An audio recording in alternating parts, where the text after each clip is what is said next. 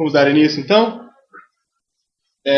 Então, esse tema, ele é um tema muito atual, né? E talvez a gente sempre tenha lido ou tenha ouvido alguém falar a respeito desse tema, mas talvez a gente, como cristão, fica meio perdido nessa história toda e não consegue identificar algumas coisas, né? E essa é a proposta que nós trazemos aqui hoje, para que nós possamos realmente pensar, ter uma visão um pouco paralela daquilo que já é dito, aquilo que já é falado. Por isso é importante vocês participarem também. De repente vocês têm alguma informação que a gente não tem e que possa contribuir, certo? Bom, eu acho que eu gostaria de começar lendo um texto da palavra que fica lá em Miqueias. É um texto, um livro muito pouco dito, né? Pouco citado. Então, mas que revela essa característica da injustiça social. E aqui o profeta Miqueias vai fazendo alguns panoramas a respeito da realidade que ele vivia. Então fica lá em Miqueias 7, Miqueias capítulo 7, e eu separei aqui 2 versículos, que são o 2 e o 3. Tá? Então, se você tiver com a sua Bíblia aí, tiver o Bíblia online, que for mais fácil aí, você quiser acompanhar a gente, o texto diz mais ou menos assim, tá descrevendo a questão do processo que ele vivia, né? Os piedosos desapareceram do país, não há um justo sequer, todos estão à espreita para derramar sangue, cada um caça seu irmão com um laço, com as mãos prontas para fazer o mal, o governante exige presentes, o juiz aceita suborno, os poderosos impõem o que querem, todos tramam em conjunto. Então, o profeta Miqueias aqui vai falar a respeito da realidade que ele vivia, que eu creio que seja bem próxima dessa realidade que nós temos vivido hoje aqui, né? Onde, bem que ele vai descrever, os juízes acabam querendo presentes ou querendo benefícios, né? E acabam deixando de lado a questão da justiça social, a questão da justiça mesmo legislativa. E esse contexto também já aparecia ali no contexto do profeta Oséias. Então existe essa semelhança entre o que o profeta Oséias está dizendo e aquilo que nós vivemos hoje. E é exatamente esse senso de injustiça, esse senso de corrupção que nos motivou ontem a ir lá no protesto, né, no Brasil inteiro, aí nesse protesto. Então, eu gostaria de começar com esse texto apenas para explicar que a injustiça não é uma coisa recente, né? A injustiça já existia na época de Jesus. E Jesus era talvez um dos mais injustos socialmente, né? Foi mais justiçado socialmente falando. E essa estrutura é uma estrutura antiga já, né? Então, eu gostaria de trazer para essa nossa realidade para a gente poder identificar. Você quer falar alguma coisa? Acho que eu ia falar, a nossa abordagem durante todo esse estudo é em cima do tema mesmo, sendo um discípulo de Jesus contra a injustiça. É bem verdade que a gente está vivendo um tempo onde muitas vozes estão falando, muita gente está se aproveitando do que está acontecendo, e a nossa intenção é falar de como ser um seguidor de Jesus, como Jesus nos ensinou a agir com relação à justiça social e com relação ao cuidado com o outro mesmo. Sim, e para isso a gente separou de maneira rápida aqui alguns pontos que a gente achou interessante depois de ter visto o material lá, os vídeos que ocorreram na internet, as pessoas que participaram. Ontem a gente teve também no protesto, teve aqui na nossa cidade, em Londrina, participamos lá, vimos o que estava acontecendo com o pessoal. Aqui foi de uma maneira pacífica, mas a gente sabe que dentro do contexto de Brasil, principalmente Rio de Janeiro e São Paulo, houveram conflitos e acabaram depredando alguns prédios públicos e tal. Então é sobre essas questões que nós vamos conversar aqui, né?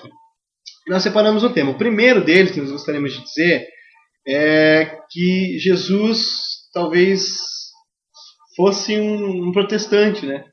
Jesus era aquele que protestava contra os fariseus, contra a religião judia, não contra o dogma da religião judia assim, de forma clara, mas ele era contra as pessoas que amassavam os outros, né, que causavam injustiça. Mas Jesus usou alguns métodos para isso. E o primeiro método que a gente identifica é que, e a gente colocou dessa forma, que o discípulo de Jesus, ou seja, aquele que está nos passos de Jesus, ele luta no modelo da não violência. Ou seja, a intenção de se protestar não é uma intenção de agredir, mas é uma intenção de levantar novas perspectivas da justiça. Você quer comentar alguma coisa? Vale dizer também que na época de Jesus era uma esperança para o povo judeu e povo gentil ali, pelo fato deles estarem sendo massacrados pelo regime romano.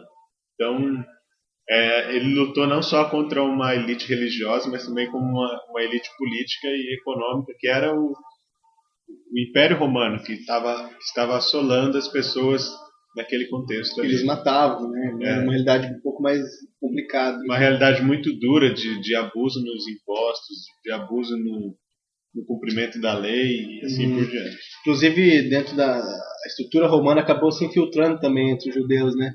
Tinham os cobradores de impostos, pessoas que eram judias, mas que estavam a serviço de Roma. Então, eu acredito que seja uma coerção muito forte ali do Império Romano.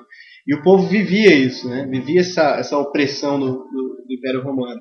E Jesus é esse modelo que vem aliviar essa situação, né? Do ponto de vista social. Vem recuperar a supremacia social dos judeus, né? Pelo menos isso eu imagino que eles pensavam. E aí, um dos modelos que testifica essa realidade de Jesus, do modelo da não violência, é que quando ele vai ser preso, esse texto é narrado lá em Mateus 26, ele vai ser preso, o soldado vai se aproximando dele para realmente crucificá-lo, para pegar ele para levar para os fariseus. E aí Pedro tira a espada e quer brigar, né? Ou seja, quer defender a Cristo, quer defender a sua própria honra, vamos dizer assim.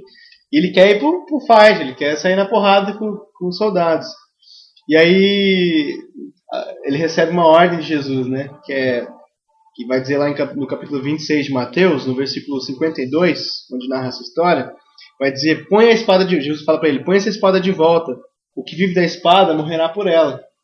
Então Jesus já de cara apresenta essa realidade do modelo pacífico, né?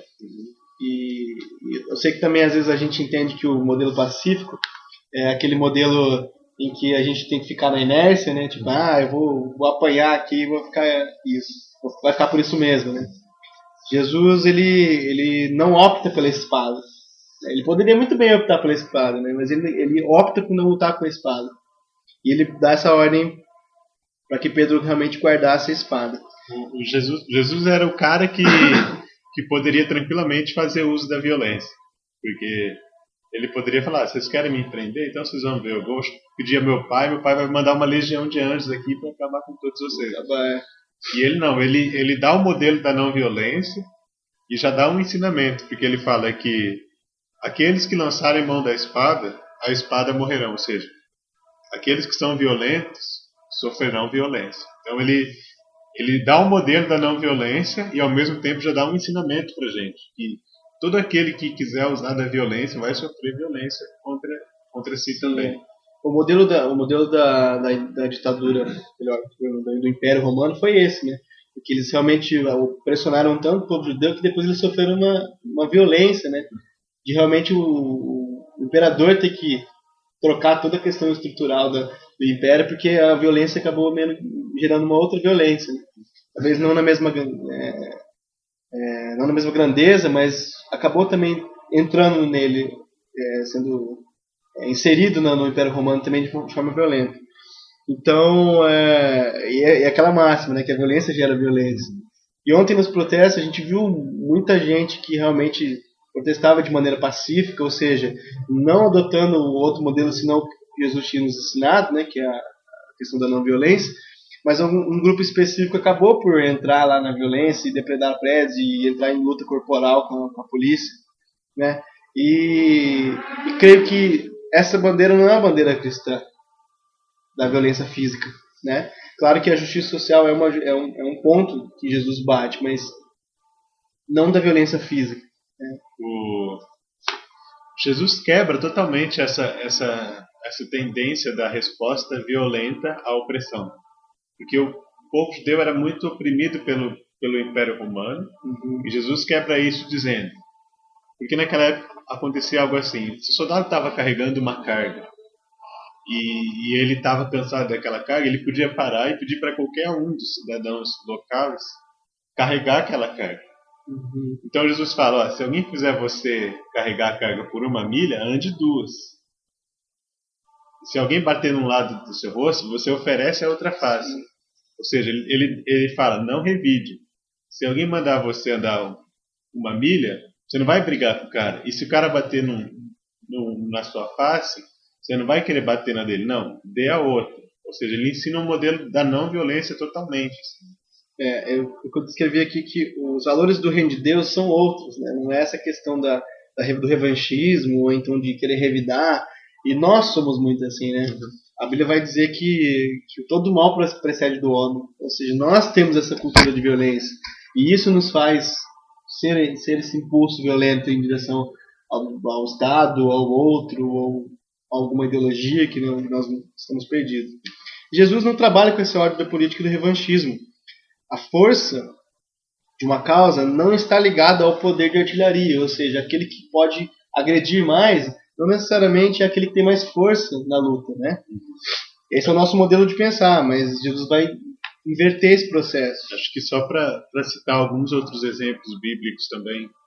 Por exemplo, no caso de João 8, da mulher adúltera, que as pessoas querem apedrejá-lo porque a lei dizia isso.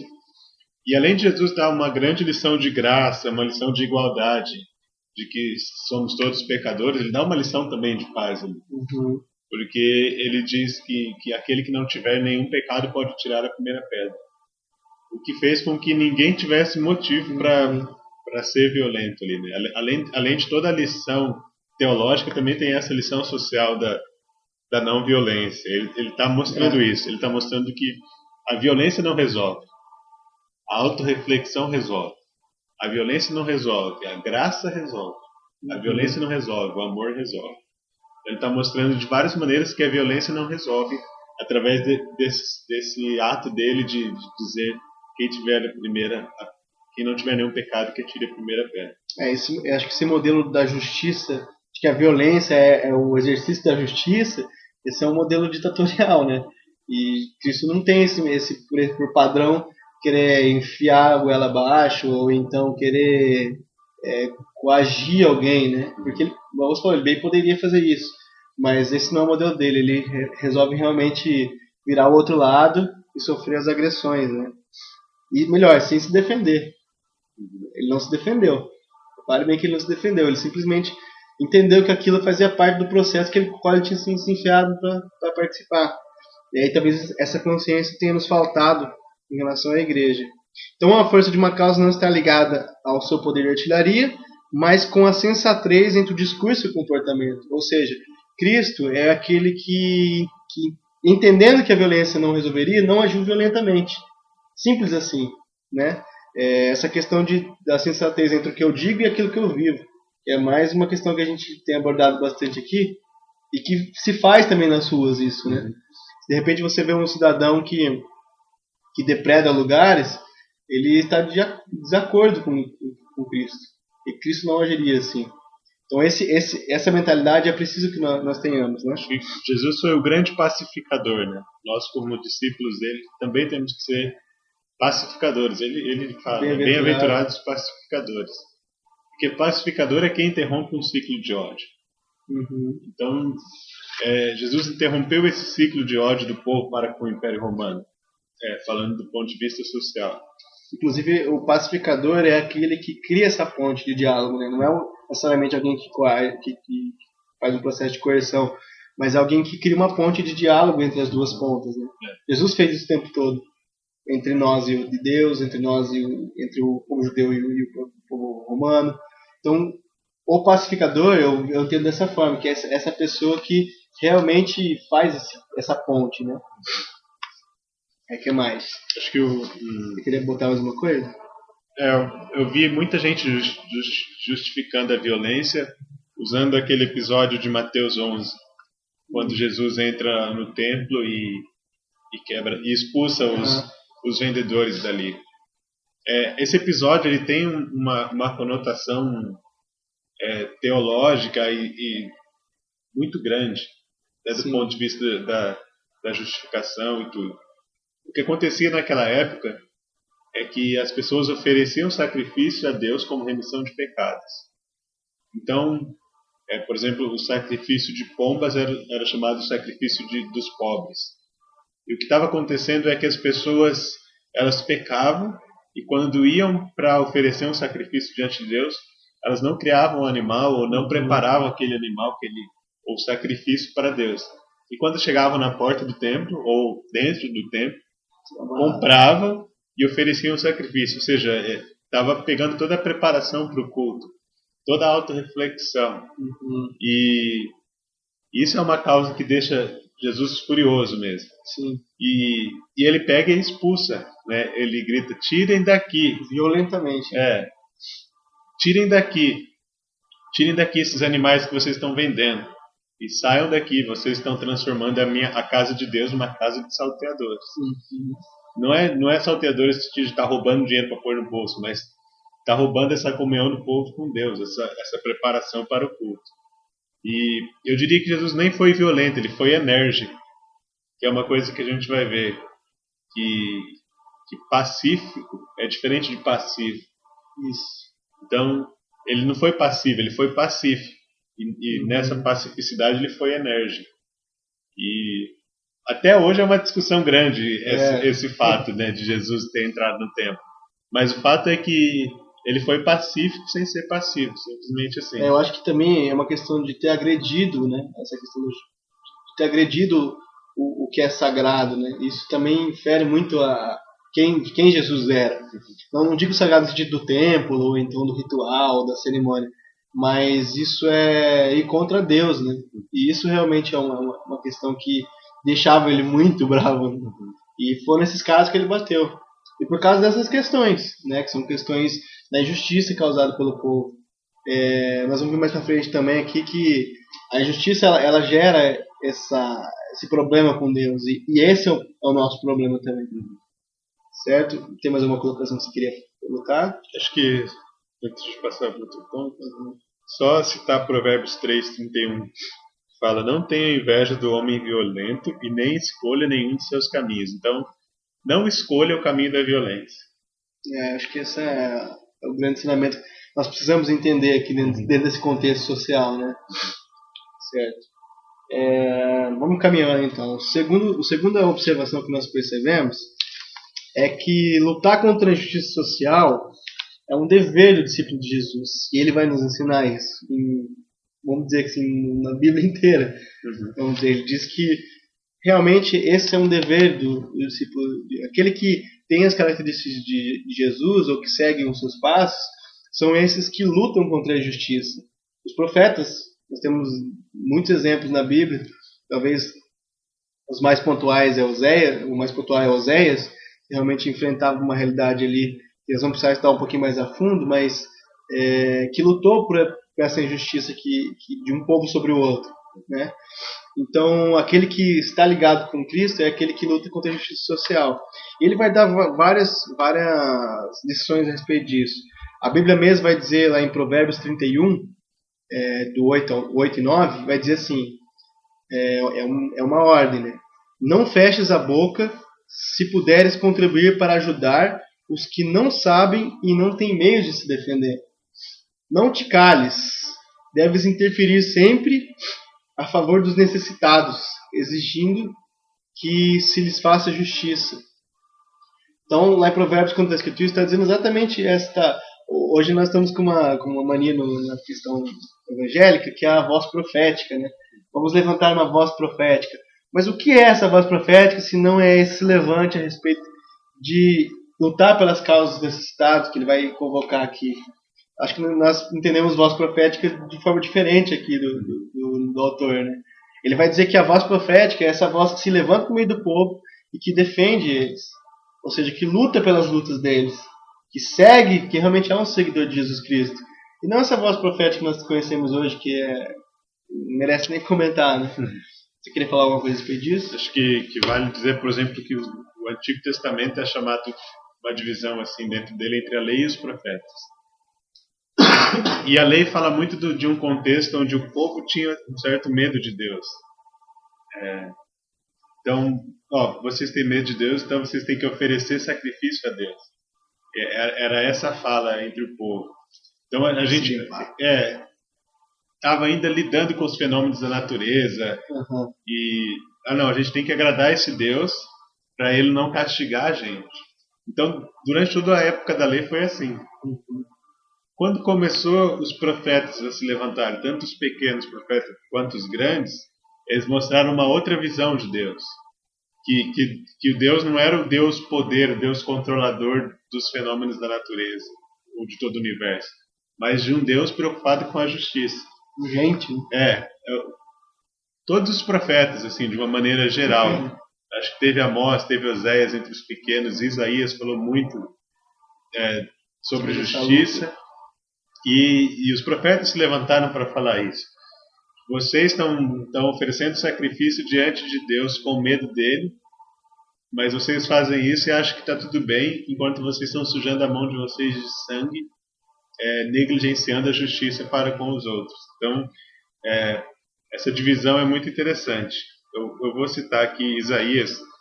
Isaías abre a profecia dele de uma maneira muito interessante, justamente falando em nome de Deus, né? Ele fala assim, diz o Senhor, e ele fala muito sobre justiça social, e eu vou citar aqui Isaías 1, do 13 até o 17, vale a pena. Eu vou citar numa outra versão aqui, que é a versão A Mensagem.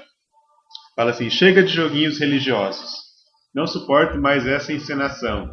Conferências mensais, cultos aos sábados, encontros especiais, reuniões e mais reuniões. Não aguento ouvir falar em reunião. São reuniões para isso, reuniões para aquilo. Chega de reuniões, vocês me cansaram. Estou cansado de religião, de tanta religião, enquanto vocês continuam pecando.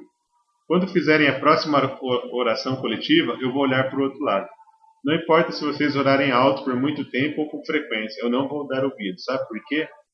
Que vocês têm trucidado pessoas, e suas mãos estão cheias de sangue. Vão para casa e se lavem, limpem essa sujeira toda. Esfreguem a vida até que saiam suas maldades, para que eu não seja mais obrigado a olhar para elas. Digam não para o mal. E aqui começa a parte legal. Aprenda a fazer o bem. Trabalhem pela justiça. Ajudem os oprimidos e marginalizados. Façam alguma coisa pelos sem-teto. Levante a voz em favor dos indefesos. Esse é o clamor profético. Essa que é a voz profética que a igreja tem procurado, né? Pessoal, se quiserem perguntar alguma coisa, tô vendo que vocês estão quietos demais aí, não sei se vocês estão entendendo. Cadê o pessoal que participa? Os ativos, Os ativos, a Fernanda, a Carla e o Hugo, assim por diante. Participe, nós gostaríamos muito que você participasse. Então, Lu, então talvez essa seja a voz profética que nós temos perdido, né? E o que é essa voz profética dentro desse contexto nosso aqui, né? Que a gente tem tido tanta injustiça. Eu vi gente criticando o pessoal, que os cristãos que foram à rua, dizendo assim, vocês precisam orar, em vez de ficar aí querendo fazer, como eles chamam, baderna e tal, vocês deveriam estar orando no templo e tal. Nós vamos ver aqui que o profeta Isaías acabou de inverter de novo essa lógica, né? Dizer, pessoal, não quero saber de reuniões, não quero saber de nada que seja em relação ao templo, eu quero saber de gente, que este é o interesse de Deus, né? O interesse de Deus é pessoas. Ou seja, sempre foi pessoas. Deus só mandou Jesus por causa de pessoas.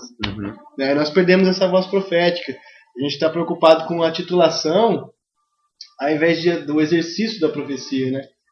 Então a gente precisa resgatar isso. E eu vendo cristãos indo para a rua, pedindo o clamor pela justiça social, pela questão da corrupção e tal, é essa voz profética que o Brasil precisa. Não é essa voz que fica orando nos cantos e que não tem uma realidade de vida cristã, né? Eu vou ler ali. Começou a falar? A Carla falou: nós somos a minoria pensante. Se nós não defendermos as pessoas que não têm muita instrução, aí não vai melhorar nada. É mais ou menos isso que o Lula leu agora. A gente tem boca sim para lutar pelo interesse coletivo, porque não tem noção do que está acontecendo. Sim. Às vezes a gente não quer se relacionar, né?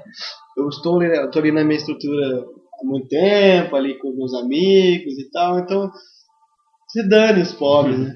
Mais ou menos isso. Às vezes a gente não tem essa coragem de dizer isso, porque a gente tem temência a Deus. Mas às vezes é essa É isso que a gente diz, né? Se dando os pobres. Eu estou aqui uma experiência religiosa, estou aqui com o meu cargo aí de não sei o que eu posso ter, ministro de como eles falam, levita e não sei o que lá, mas a gente não tá entendendo quais profetas nós somos, chamados para que nós somos. Então nós precisamos ter essa necessidade. E os manifestos são sim essa voz de Deus. Eu vejo dessa maneira. Os profetas estão por aí ainda, eles existem. Apesar de eles não serem muito populares, como também não era na época de Jesus, né? Mas os profetas estão aí, lutando pela voz calada do povo que é oprimido. E nós precisamos resgatar essa convocação. O Anderson Silva pergunta ali, mas ação sem oração também não é errado? Então, pode responder. Eu acho que para quem está em Cristo, não existe ação sem oração. Sim. E para quem está em Cristo, não existe essa história de você parar um tempo para orar aqui. Não, você vive com Cristo. É o devocional prático. Seu devocional, você está andando e está conversando com Cristo. E você está o tempo todo com Cristo. E você vai sair para a manifestação e você está com Cristo. Então, não existe essa história de ação sem oração. A sua ação é oração e a sua oração é uma ação. É por isso que orar é um verbo. Para representar essa coisa da ação mesmo. Ora, ação. Então, oração é uma ação e a sua ação de certa forma, uma oração. Vamos ver, por exemplo, o contexto do rei Davi, né? Quando ele faz uma petição para Deus antes para a guerra, né? Ele diz, Deus, abençoe lá os meus homens e tal. Só que isso não é um jogo de sorte. Ele está dizendo assim, eu vou orar aqui e vamos para a batalha ver o que vai acontecer. Não, Deus está do lado dele, porque ele tem essa vida devocional, ele sabe quem é Deus. E talvez nossas orações tenham sido nesse sentido, né? Deus, eu vou lá e vou orar aqui antes para não acontecer nada de errado. Tipo, esse pé atrasinho que é o que o Davi não tinha, por exemplo. Ele sabia que Deus estava com ele, Deus havia dito para ele que estava com ele. Ele já era um homem que lutava, né? E Deus estava ao lado dele. Então, precisamos entender isso também, né? Tem uma história que é atribuída a Napoleão que fala que antes deles saírem para uma guerra, para um confronto, os soldados falaram, vamos orar para Deus estar do nosso lado. E daí Napoleão respondeu, não, vamos orar para nós estarmos do lado de Deus.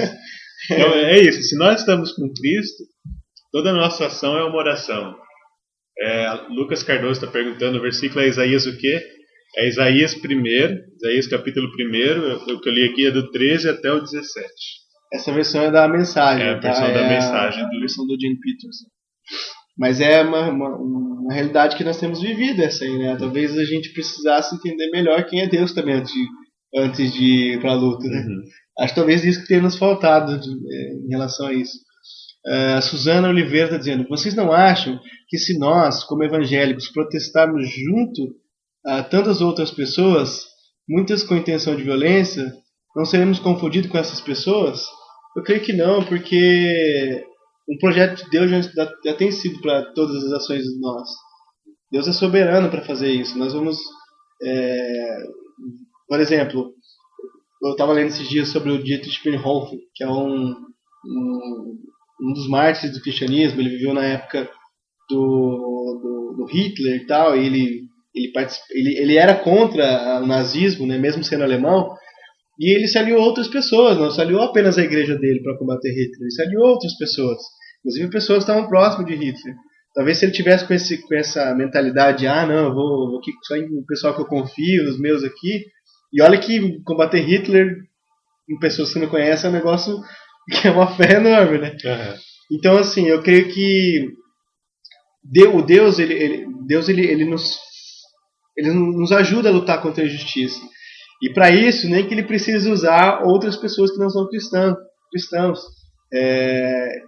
A luta contra a injustiça não é uma restrição do cristianismo, é uma restrição do ser humano, né? Então, talvez o que você tenha dito aí me faz entender o seguinte. Então quer dizer que nós precisamos unir todas as igrejas e ir para as ruas para poder alcançar algum objetivo ou para não ser confundido com os demais? Não, vamos como o povo brasileiro, né? O cristão é um povo brasileiro. Nós precisamos entender que nós não somos separados de uma realidade. Nós estamos imersos nisso.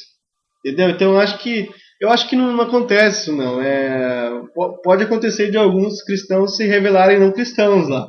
Isso pode acontecer. né, de repente ter uma atitude anticristã, isso acontece, né? Mas aqueles que lutam por uma causa, que é a causa de Deus, que é a justiça com o povo, esses não precisam temer esse tipo de comparação, né? Inclusive, o próprio Cristo foi comparado a pessoas que não tinham lá uma moral muito boa, né? Então, esse tipo de temor eu acredito que seja uma bobagem, né? Acho que do ponto de vista social e do ponto de vista da luta pela justiça, não existe essa separação de, eu sou crente. Eu sou um discípulo de Jesus e discípulo de Jesus luta pela justiça. Simplesmente assim. Tem um cara ali que é hindu que está lutando pela justiça.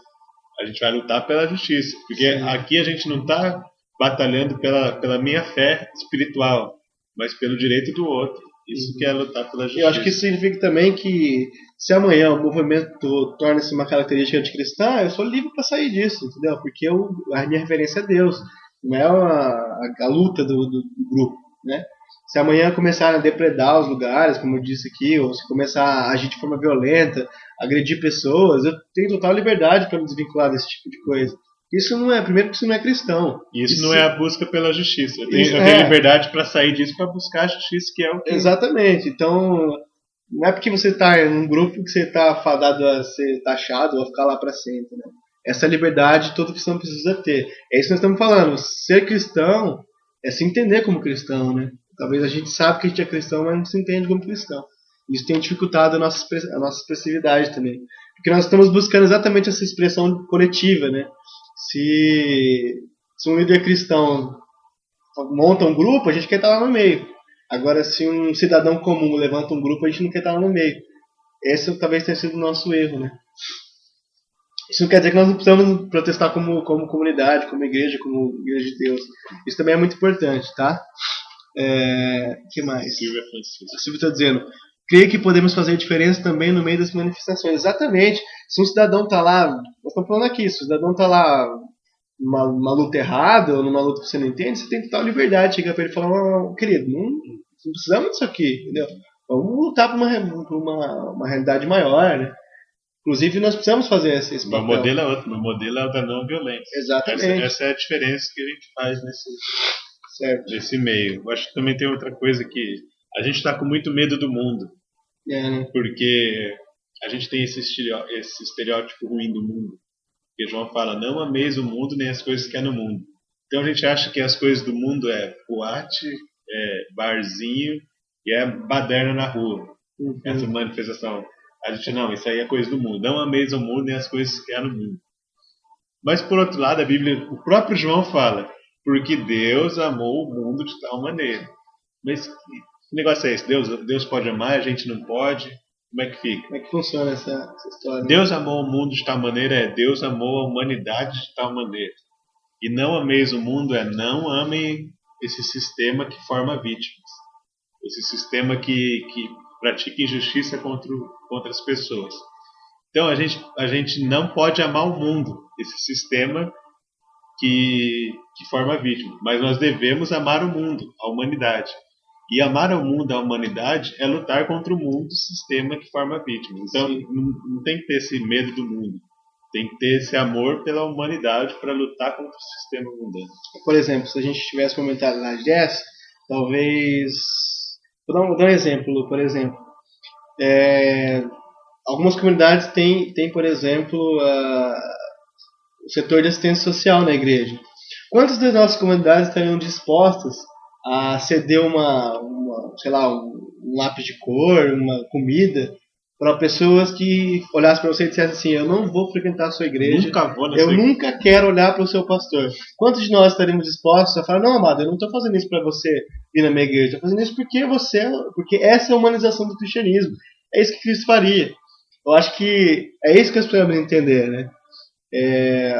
A questão da assistência social, aquilo de a gente podemos contribuir com o mundo, não deve ser um sinal de que a gente precisa desse feedback, né?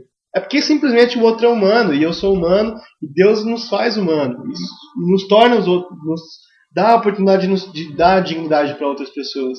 Então é isso que nós precisamos entender ainda, que fica empacado na nossa cabeça. Isso é horrível, isso é muito feio. Se acontece na sua igreja, manda parar agora, porque o que a gente fala injustiça social. Então vamos formar um Ministério de Ação Social e a gente vai distribuir sopa aí pra galera na rua. E uma cesta básica pro pessoal. E usa isso como uma arapuca para pegar não crente. Ó, eu te dou uma cesta básica, mas você vem aqui na minha igreja domingo. Isso é horrível. Isso não tem nada a ver com o Evangelho de Jesus Cristo. Isso não tem nada a ver com a Bíblia. Então, a gente precisa brigar pela justiça social de maneira bíblica e de maneira sem tramar a boca para pegar não crente. É simplesmente porque o outro é humano, eu sou humano e Deus me fez humano, eu quero fazer o outro humano. É simples. Tem mais alguma coisa que eu queria colocar ali? Sobre esse ponto? Outra coisa que eu acho interessante também é que uma passagem muito interessante dos evangelhos é que quando Jesus vai no templo e é entregue para ele o livro de Isaías e ele lê Isaías 61, fala: o Espírito do Senhor está sobre mim e por isso ele me ungiu para proclamar boas notícias aos pobres, aos cativos e aos oprimidos.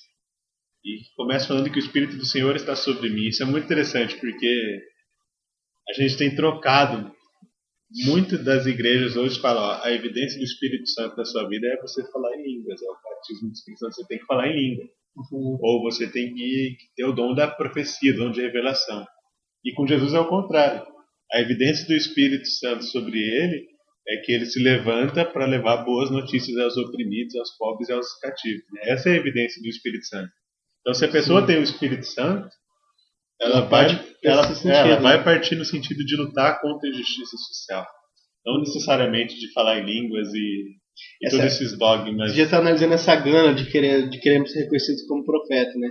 E eu lembrei do texto que diz que profeta não come na mesa do rei. O que é isso, né? Senão essa revelação de que, ou seja, a mesa do rei, o profeta não está convidado para estar lá. Isso não quer dizer que ele não vai, quer dizer que ele não está convidado. Ou seja, nosso nome não precisa estar atrelado a alguém que tem alguma referência. E a igreja tem perdido isso, né? Nesse sentido. Tem lutado para conquistar um trono que Jesus mesmo rejeitou. Exatamente. Então, a luta contra a justiça social é dever, sim, do discípulo de Jesus. Um outro texto que faz a referência é um texto em Eclesiastes 4:1, que diz assim, ele está relatando também, diz assim: de novo, olhei e vi toda a opressão que ocorre debaixo do sol. Vi as lágrimas dos oprimidos, mas não há quem os console. O poder está do lado dos seus opressores, e não há quem os console. Então, Salomão aqui está dizendo que é a respeito dessa realidade mesmo. De que existem pessoas que estão sofrendo. E quantas vezes nosso mundinho ali, de achando que ser cristão é frequentar o templo, e não preciso manifestar isso de outras maneiras públicas, tem nos feito ficar cego em relação a isso, a não conseguir perceber a realidade do outro. Eu vi gente dizendo assim: o pessoal está reclamando por causa de 20 centavos. Num contexto brasileiro, me desculpem os que pensam ao contrário, mas 20 centavos é muito dinheiro para algumas pessoas no Brasil. Eu já fui estudante também, eu sei como é que é. 20 centavos é muito difícil. Apesar de haver essa diferença que não é pelos 20 centavos, mas mesmo que fosse, né? Mesmo que fosse, 20 centavos no Brasil é muito dinheiro. Sobre isso que você leu aí, de não há quem os console, interessante citar também que as bem-aventuranças, elas eram inicialmente para os discípulos, né? A Bíblia fala que Jesus, os discípulos estavam com ele, e como se assentasse, começou a proferir as palavras. Daí ele fala as bem-aventuranças. E ele fala: bem-aventurados são os que choram, porque serão consolados.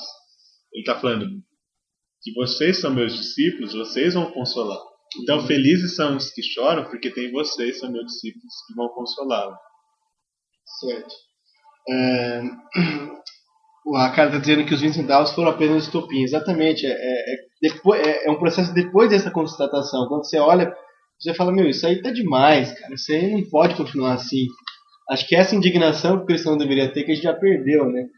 Que Deus não nos permite perder o senso da indignidade. Se Deus tirar a dignidade do seu povo, vai sobrar o quê, né? Então, e aí o Nico está dizendo: por 20 centavos sim, eu sou judeu. Só se você for judeu mesmo, pra você ser. Uma outra questão, a gente para deixar bem claro aqui, que Jesus exige sim de nós uma resposta em justiça. Ou seja, aquele que se dá o nome de cristão, ou seja, que segue a Cristo e que vê a injustiça e não consegue fazer nada em relação a isso, esse cidadão aí não entendeu quem é Cristo, não entendeu quem é Jesus. É que eu falo que decidir, não decidir, é uma decisão. Sim. E você decidir, não decidir, no fundo é você decidir deixar como está para ver como é que fica. E isso não condiz com o discípulo de Jesus. Né? Não. A canção do discípulo de Jesus é aquela do quem sabe faz a hora. Quem sabe vai... Não espera acontecer. Faz acontecer, não espera acontecer. E esse texto também que é lindo, que diz que felizes são os pacificadores, porque eles serão chamados de filhos de Deus. Ou seja, aquele que é filho de Deus, ele tem essa característica de ser pacificador. Está atrelado às duas coisas. E quem são os pacificadores? Nós dissemos aqui. Portanto, são os construtores de pontes no mundo de relação corrompida. O que eu disse, que exatamente aqueles que fazem essa ponte. Pacificadores agem em nome de Jesus, na base dos valores do reino de Deus, promovendo o diálogo da reconciliação. Um protesto pode ser uma reconciliação. Por que não? Por que não? E aí Jesus vai realmente nos incentivar a participar disso, dizendo, não temam aqueles que matam o corpo, mas não podem matar a sua alma. O que ele está dizendo aqui? Exatamente isso. Você que está preocupado com a sua alma, não fique preocupado, lute pelo meu reino. Seu corpo aí é um detalhe. A pergunta que fica agora é: essas manifestações atuais são legítimas? Vocês acreditam que as manifestações, essas que têm acontecido, elas provêm do reino de Deus, ou seja, elas têm essa legitimidade de Deus, ou são apenas um ato humano? É a pergunta nossa principal, né? Como ser essa pessoa que faz a diferença? E eu levantei algumas coisinhas aqui que eu queria dizer, bem de forma rápida, nosso tempo está meio acabando, que quando o Estado, que eu disse aquela hora, quando o Estado nos obriga a desobedecer uma ordem expressa de Deus, que é, por exemplo, se esses protestos começassem a matar pessoas, desobedece claramente com a lei de Deus. Então é preciso movimentar essa direção dele. É preciso, ou seja, você identificar que isso não é de Deus. Aquela diferença que nós gostaríamos de fazer é que passividade, ou seja, estar no status quo, não é pacificidade. Ou seja, aquele que está inerte, ele não é pacífico. Nós temos essa ideia, né, do que pacífico é alguém que está sentado numa cadeira lá, assim, balançando. Esse cara é pacífico. Ele não é pacífico, ele é passivo. É diferente. E também que a atividade, ou seja, o exercício da atividade, não é necessariamente um ativismo. Ou seja, nós não estamos lutando de forma ativista. Nós estamos lutando pela atividade do reino de Deus no mundo. Ou seja, se existe um povo de Deus no mundo, esse povo está em atividade, não em ativismo. Também caímos nesse processo de ativismo, que também é um problema dentro do contexto cristão. Então, precisamos entender simplesmente o que é. Se Deus quer vida, a injustiça destrói a vida. Se Deus quer igualdade, a injustiça oprime o pobre lhe roubando direitos. Se Deus quer a riqueza honesta, a injustiça cria obstáculos para o desempenho econômico. Se Deus quer comunidade, a justiça destrói a confiança e a segurança, ou seja, quebra laços também. Se Deus quer a dignidade do ser humano, a justiça destrói a dignidade e a credibilidade de Deus. Se Deus quer paz, a injustiça fortalece a violência, ou seja, favorece a violência e os instrumentos de guerra. Então, simplesmente nós precisamos entender que a injustiça não provém de Deus. E não provém de Deus, nós precisamos entender que essa convocação de Jesus para identificar isso e fazer alguma coisa em sentido a isso. Justamente porque a injustiça oprime o outro, de várias maneiras, né? Oprime o pobre, oprime o rico, oprime o manifestante, oprime o policial, oprime todo mundo. O sistema injusto oprime as pessoas, né? Oprime o nosso próximo. Então, toda vez que a gente vê o outro prejudicado, é uma maneira de sinalizarmos ali o reino de Deus. Nós precisamos ser esse sinal do reino de Deus. Né? E aí, só para concluir, depois a gente abre para alguma pergunta, se alguém quiser fazer, já vai pensando na sua pergunta aí. Se quiser já lançar ela aí no pessoal. Eu tenho pensado em como então nós podemos chegar ao final dessa luta cristã De que maneira? E aí eu pensei em chegar mais ou menos como Paulo chegou no final. Ele diz assim: combati o bom combate, acabei a carreira, ou seja, já andei meu percurso e guardei a fé. Desde agora, a coroa da justiça, ele está falando de justiça, me é guardada, me está guardada, qual Deus, quem é Deus? O justo juiz, me dará naquele dia, em que não estiver mais aqui. E não somente a mim, mas também a todos os que amaram a sua vinda. Ou seja, o que Paulo está dizendo aqui? Está dizendo, eu andei pelos caminhos de Jesus, eu fiz o que eu pude fazer, alcancei as pessoas que eu poderia ter alcançado, abracei quem eu poderia ter abraçado, andei por esse caminho aí e no final eu guardei minha fé. Ou seja, não deixei com que isso penetrasse quem eu era, quem Jesus tinha me revelado que eu era.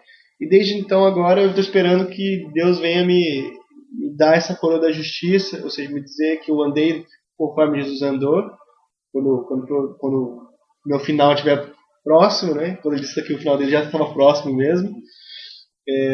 Não somente a mim, mas todos aqueles que também fizeram isso. Todos aqueles que andaram nesse caminho. Então que nós possamos também, isso está escrito em 2 Timóteo 4, 7 e 8.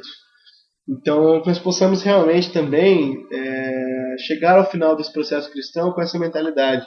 Que andamos num bom combate, isso não quer dizer religião, quer dizer outro, em direção ao outro.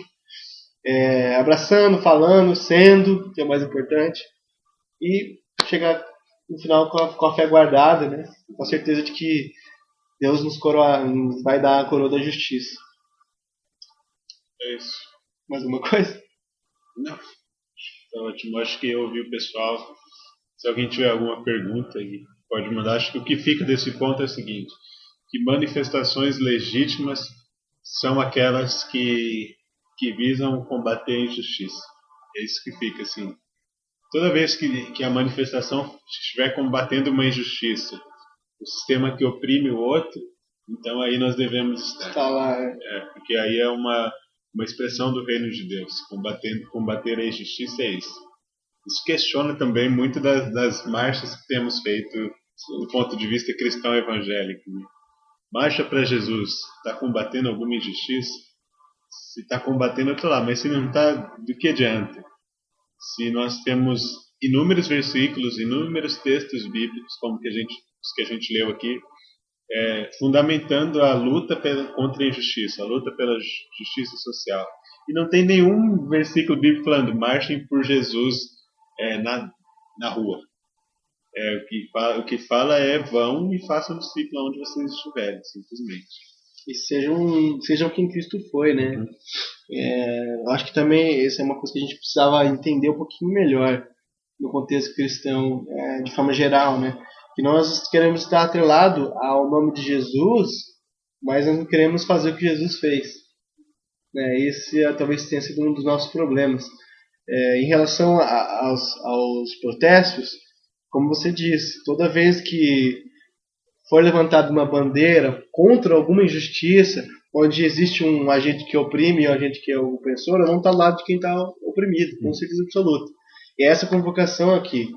Então, como ser cristão, lutando pela justiça, participando desses processos, né? Não só vivendo aquela vida, como você leu no texto de Isaías lá, participando daquela atividade religiosa sem que isso signifique alguma coisa para o outro, né?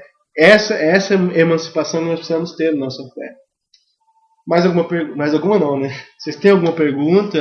Alguma consideração? Alguma colocação? Alguma citação? Alguma coisa que a gente possa aproveitar? Ou falem agora ou calem-se para sempre, né? Eu separei alguns. Eu tive uma conversa com uma pessoa à tarde e ela me perguntou, eu falei exatamente isso que você falou, né? Que existem diversos versículos bíblicos que falam dessa questão da injustiça. E ela me perguntou, então me mostra onde que está. E eu separei ali, aí quem quiser também depois ter contato com esse material, é só comunicar a gente lá no grupo e a gente vai estar disponibilizando lá para quem quiser ver, consultar, estudar melhor esses textos, né? Rever a sua fé também, que é um passo importante. A Carlinha está dizendo, eu tenho uma pergunta, ou consideração, não sei. Mas ela não fez ainda. Eu acho que o Anderson Silva vai dizer, acho que a falta de liderança por parte dos pastores e líderes também, eu concordo que devemos estar apoiando essas marchas. Acho que falta um impulsionar da liderança eclesiástica. Participar, né? Os caras estão mandando a gente orar enquanto o mundo está pegando fogo. Entendeu? E nós devemos estar no meio do fogo. Acho que essa é a mentalidade que o líder deveria ter. Se o mundo está pegando fogo, vamos participar disso aí, vamos apagar esse fogo aí. Acho que o que aconteceu, principalmente nos últimos dias, uma parte dos líderes estavam alienados mesmo, e outra parte estavam esperando os seus gurus falarem. Sim. Peraí, vamos esperar, vamos ver se o Silas Malafaia vai se manifestar, se a Ana Paula Valadão vai tuitar alguma coisa, aí eu posso falar pro meu rebanho. Estava precisando desse respaldo papal, guruzístico, respaldo dos ungidos. Quando a Bíblia já dá esse respaldo, não precisa de guru para dar o respaldo. Se ele examinasse a Bíblia dele que ele tem lá, né, e com certeza ele identificaria isso. A Calinha disse, vocês estavam falando que nós temos que... Peraí que subiu ali o cursor. Nós temos que buscar justiças, buscar pela justiça, certo? Mas temos que tomar cuidado, pois o que a gente acha justo não é o justo de Deus, né? Ou não. Eu creio que a referência é Cristo. Se Cristo andou no meio dos beberrão para salvá-los, nós vamos andar no meio dos beberrão para salvá-los. Se Cristo pediu para não fez aquele questionamento na mulher adulta, esse questionamento nós vamos fazer. Justiça não quer dizer prática. Eu não posso chegar para alguém e dizer, vocês estão fazendo isso tudo errado. Isso é uma condenação. Mas ter essa voz profética eu posso. Vamos entender o que é a voz profética dentro desse contexto que a gente disse, né? Eu posso me levantar contra a injustiça, assim, dizer, peraí, vamos pensar melhor nesse negócio. Porque Jesus pensaria melhor nesse negócio. A referência é que se o cidadão toma como si a referência, aí fica complicado identificar. O Anderson Silva está falando, mas nem todas as marchas são ordeiras e têm um propósito certo. Eu acho que falta liderança nessa parte também. E a Carla fala, tem que ter cautela com a causa do movimento. Analisar se isso realmente busca por algo que irá acrescentar à população. É o que a gente falou aqui agora há pouco. Se a causa está combatendo a injustiça de alguém que tem sido oprimido, então ela é legítima, biblicamente falando, né? Os versículos que a gente leu fala disso, fala de erguer a voz em favor do oprimido e de encontro ao oprimido. Sim. Depois você assiste, meu amor, a gente vai editar aqui, né? Só mais uma consideração em relação a isso. Eu acho que a gente queria quebrar um pouco a relação do seguinte: nós não precisamos estar numa marcha dita evangélica para poder participar dessa marcha. Talvez esse filtro a gente tenha na nossa cabeça, mas não é essa a realidade. Se lá no seu bairro existe alguém, existe uma empresa que quer fazer lá, que quer tirar todas as árvores do bairro para construir alguma coisa no seu favor, do seu lucro, é aí que você tem que estar. Não será seu pastor mandar você estar lá. Você tem que estar lá porque isso agride aquilo que Jesus nos mandou. Então, essa consciência social que nós precisamos ter, além da consciência religiosa. Claro que, em última instância, é o que Cristo nos mandou fazer. Esse tem que ser o nosso filtro. Agora, se precisamos participar ou não, isso aí nós temos que passar por esse filtro. Não tem outra maneira de se posicionar, senão dessa maneira, do mesmo que Cristo se posicionou. O Lucas Cardoso está falando, concordo que devemos buscar por uma justiça, mas uma justiça não é feita por nossas mãos, certo? Exatamente, justiça própria não é princípio de cristão. Quem são essas pessoas que depredam os lugares? São pessoas com essa mentalidade de justiça própria. Se aquele negócio está me dando problema, eu vou acabar com aquele negócio. Essa mentalidade a gente não pode ter, infelizmente. O Lucas está falando tem razão. É o que o Tiago fala, de onde vêm as guerras e os conflitos entre vocês? É que vocês querem as coisas para os seus próprios desígnios, ou seja, para a sua própria justiça. Exatamente, essa mentalidade a gente precisa ter essa emancipação também. Bom, a gente acho que deu nosso horário, a gente precisa encerrar, né? mais alguma questão assim que não possa passar de hoje, aí só a gente vai precisar encerrar. Tempo? Ok, então vamos encerrar. É isso. Sugiram temas no grupo. Nós gostaríamos muito que você, esse tema inclusive, a gente acabou fazendo do supetão assim, mas que nós queríamos que conversamos com pessoas e que algumas pessoas não estavam com algumas dificuldades de entender. Isso aqui não é, a gente não esgotou o tema, tem muita coisa ainda para ser dita, mas esses são alguns pontos que a gente identificou participando do movimento que tiveram aqui e lendo algumas coisas e tendo contato com outros materiais. Certo? A Suzana está dizendo: gostaria de agradecer e parabenizar pelo trabalho, pois acho que esse é um tema pouco discutido dentro das igrejas. Na verdade, não é quase nada discutido, porque nós fomos procurar material também para tomar de referência e tivemos muita dificuldade. Tomara que agora comece. Agora estamos falando, algumas pessoas estão esperando alguns posicionamentos para poder escrever alguma coisa, ou falar alguma coisa. Mas nós agradecemos e gostaríamos muito que você participasse também, sempre. Sugerindo temas, coisas que a gente possa estar discutindo aqui.